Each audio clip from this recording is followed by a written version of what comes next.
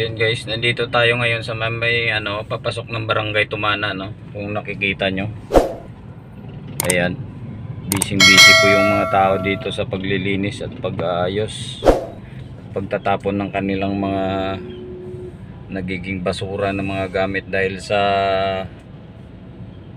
epekto ng Typhoon Ulysses. Ayan, no. Itong Barangay Tumana na to, isa ito sa mga sakop ng Marikina City. Ayan, kung nakikita nyo yung dating kalilinis-linis na lugar na isang barangay dito sa may Marikina, ngayon ito na po yung itsura nya pagkatapos ng Ulysses. Makikita nyo, ayan, puro basura.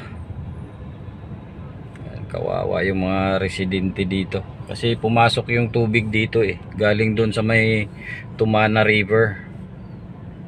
Kasi itong Barangay Tumana na to, medyo nababa kasi ito Kung nakikita nyo. Ayan.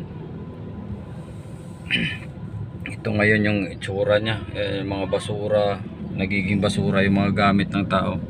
Tsaka dyan yung palengke, papasok ng Talipapa. Ayan din, puro din basura. Ayan. So ngayon, yung mga residente dito, kanya-kanyang linis. Ayan, grabe yung mga basura. So kung napanood nyo yung video ko yung last, yung nagpagupit ako, dito ako nagpapagupit noon. Ayan, ito ngayon yung itsura niya. Grabe yung iniwan ng Ulysses dito sa barangay na to. Kasi yung tubig dito is umabot hanggang dun sa sahig ng second floor ng mga bahay dito. Ayan, ito na yung itsura niya. So busy po yung mga tao ngayon dito sa paglilinis ng mga putik. Ayan. Ayan.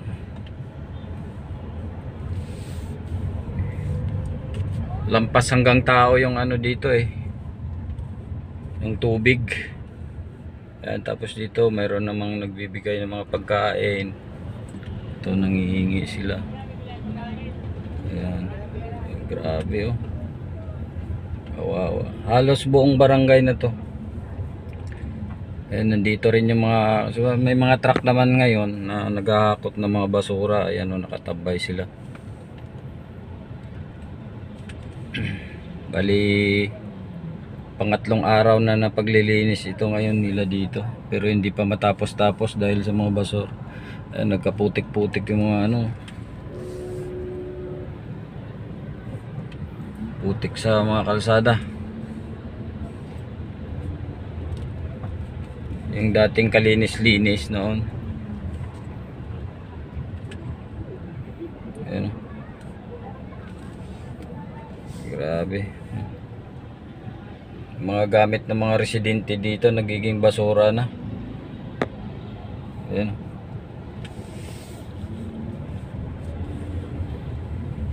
Ayan.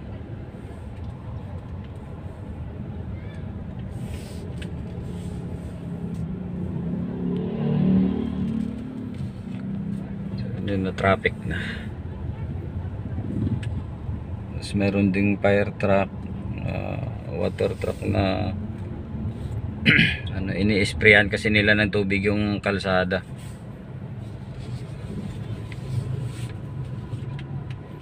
Para matanggal yung mga putik. Ayan, ito ngayon yung sitwasyon ng Barangay Tumana.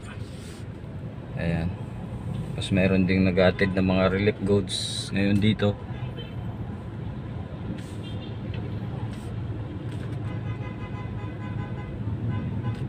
Grabe yung iniwan ni Ulysses sa Barangay Tumana na to. Tsaka hindi lang yun dito, halos buong part ng Marikina is ganito yung sitwasyon nya. Grabe yung putik. Puro putik yung kalsada. Ayan yung mga bulunder dito.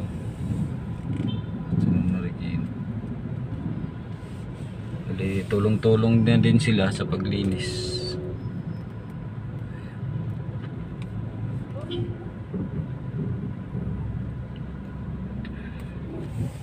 Ayan. Naglilinis. Grabe. Halos lahat ng gamit nila. Ay, grabe.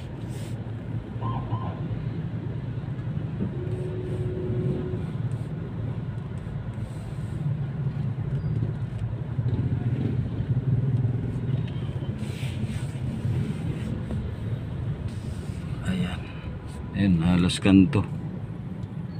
kanto may mga basura. Ayan, tumbak. Grabe. Ayan. So yan, ito ngayon yung bridge ng Tumana. So nung nagbagyo dito, inakyat yung mga sasakyan dun sa may baba kasi inabot sila ng tubig, kaya dito sila nagpark sa may Tumana Bridge. Ayan o.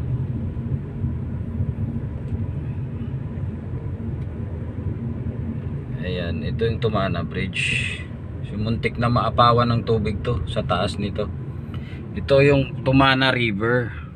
Dito nang galing yung tubig na pumasok dyan sa may barangay. Yung nakikita nyo. Ayan o. Doon nang gagaling yung tubig. Ayan. Ito yung Tumana River. Ayan. Diyan nang galing yung tubig na pumasok dun sa may barangay na yun. Kalawak-lawak niyan.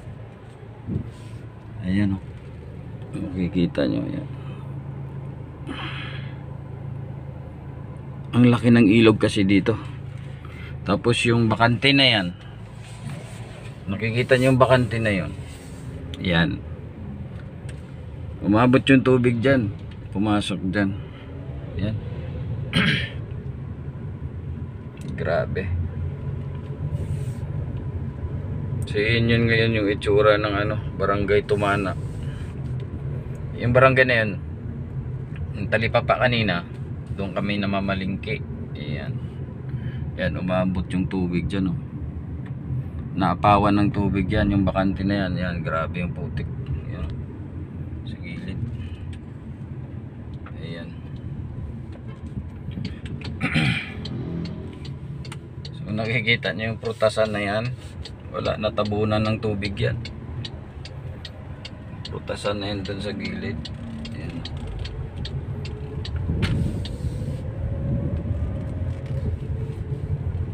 Yan, pumasok dyan sa village. Yan, yung village na yan, pumasok din yung tubig yan. Ayan, makikita nyo. Ayan, daming naglilinis sa loob. At tapos dito, ayan, naglilinis na rin sila. Kasi pumasok yung tubig dito. Grabe. Ayan o. Nakikita nyo. Hindi na tayo papasok dun. Ayan. Grabe yung putik oh. Umabot yung tubig dito eh. Ayan. Tapos tingnan nyo yung mga tanim doon oh. Nasira. Ayan. Mga talong yan eh. Yung tanim niya no. Nasira siya. Dahil sa lalim ng tubig. Ayan. Grabe.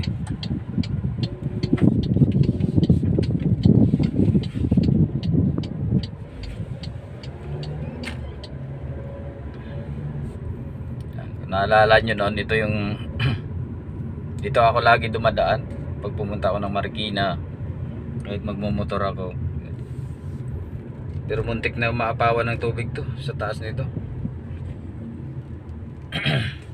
Ayan.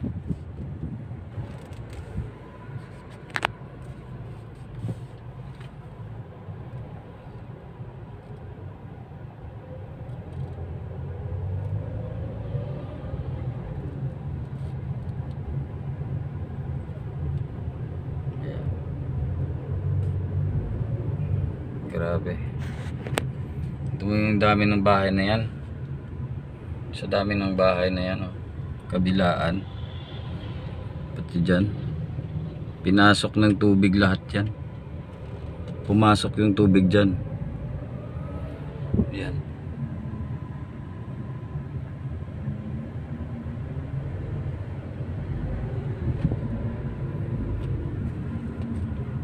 Grabe.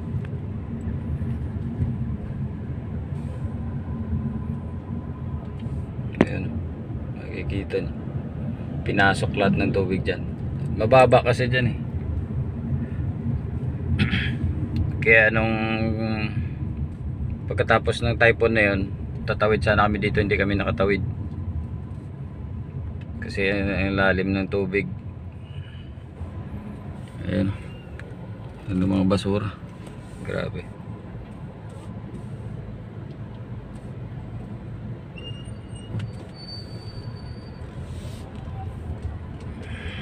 Ayan. Oh, linis. Lilinis sila. Ito pa. Grabe.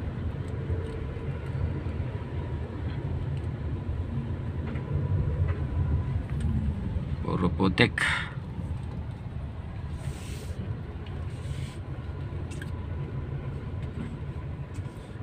Hanggang doon, bawat kanto niyan pinasok yung tubig na yan.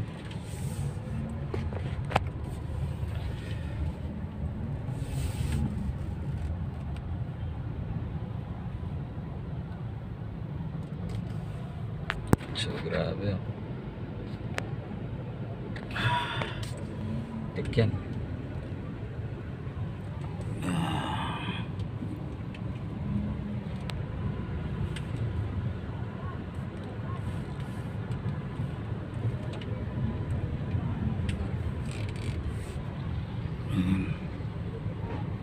Mga gamit ng mga residente dito nagiging basura.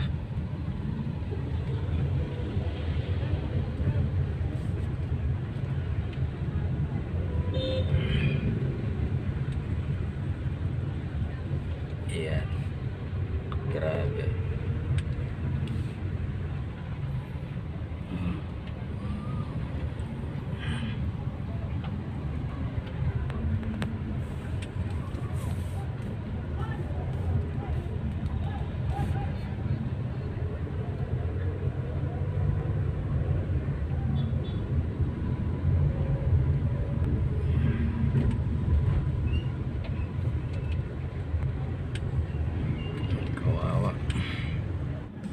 So, yun o mga kapalad, yun. Hanggang dito na lang po muna. Saka message ko lang po no sa mga tulad nitong mga try dyan na dumarating sa atin. Sana magiging listo po tayo palagi, no? Kaya lagi tayong handa para kung dumating man ulit yung mga sakunang ganito, makaiwas-iwas po tayo. Ayan. And sa mga nasalanta pala, God bless pa rin po sa inyo. Sana may balik na po sa dati ang lahat, no? At saka matulungan po kayo ulit, may balik sa dati. Maayos po ang lahat. Ayan. So hanggang dito na lang po muna. Ayan, maraming salamat and God bless. Bye bye.